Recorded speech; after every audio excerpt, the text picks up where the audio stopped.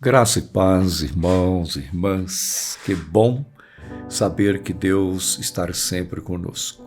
Coisa boa é tê-lo sempre ao nosso lado, como amigo, como pastor, como pai, como mestre, como salvador, como libertador, como o Deus Todo-Poderoso, aquele que nos ama ao ponto de entregar o que lhe era mais caro, o que lhe era mais precioso, em favor de toda a humanidade. Você é uma pessoa privilegiada, você foi alcançada por Deus, você pertence a Deus, você é de Deus. Lembre-se disto nesse dia e lembre-se também do que está escrito em 1 Timóteo, no capítulo 6, os versículos 9 e 10. Talvez não seja esse o seu caso, mas há muitas pessoas que se enquadram nesses dois versículos que dizem assim: Ora, os que querem ficar ricos caem em tentação e cilada e em muitas concupiscências insensatas e perniciosas, as quais afogam os homens na ruína e perdição. Porque o amor do dinheiro é a raiz de todos os males, e alguns, nessa cobiça, se desviaram da fé e a si mesmos se atormentaram com muitas dores. Quando nós lemos lá em Tiago, também no capítulo 1, ele vai dizer que é exatamente a cobiça que vai atrair na nossa vida muitos problemas. Aqui o apóstolo não está questionando a pessoa ter recursos, a pessoa possuir muitos bens.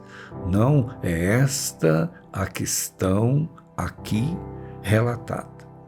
Pelo contrário, nós temos na Bíblia várias pessoas que eram tementes a Deus e que eram pessoas de muitos recursos.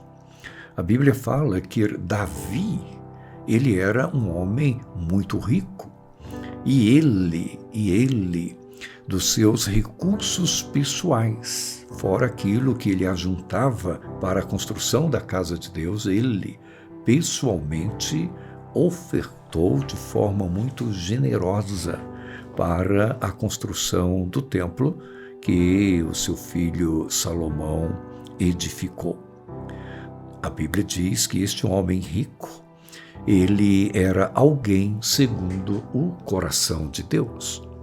A Bíblia fala em um outro homem chamado Jó. Logo nos primeiros versículos do primeiro capítulo, temos o registro de que ele era um dos maiores, ou dos maiorais do Oriente. Ele era um homem de muitas posses.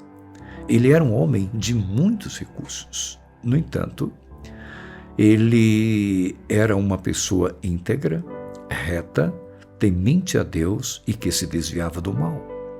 Então, o que é que Paulo está dizendo aqui? Ele está se referindo ao amor ao dinheiro, o apego ao dinheiro. No caso de Davi, ele um dia no trono, outro dia na caverna, e isso para ele não era o problema. Ele continuava servindo a Deus com integridade. Jó, quando ele perdeu todos os seus bens, inclusive os seus filhos, ele se prostra diante de Deus e adora, e faz aquela declaração tão conhecida, em que ele nada trouxe a este mundo, e daqui certamente ele nada levaria. O problema todo está no apego às riquezas. Em síntese, não é a pessoa ter riquezas, ou ter o dinheiro. É o dinheiro o ter. São as riquezas o ter. É o amor àquilo que é transitório, que é passageiro. Quando Deus ele desafia Abraão a entregar o seu filho Isaque, a sacrificar o seu filho Isaque, Abraão ele vai ao monte, o Monte Moriá, onde foi edificado o templo, exatamente o local do sacrifício, que seria o sacrifício. Ali foi edificado o templo. E quando ele, de uma forma bem deliberada, ele levanta o cutelo para dividir a criança ao meio, um anjo brada para que ele não fizesse tal coisa, porque Deus agora sabia que ele amava a Deus. Ou seja, ele amava mais a Deus do que aquilo que Deus lhe deu. Assim, nós devemos proceder. Não deixar que aquilo que Deus nos deu nos domine, mas dominar, administrar tudo aquilo que o Senhor nos concedeu. Que Ele, pois, nos abençoe grandemente nesse dia.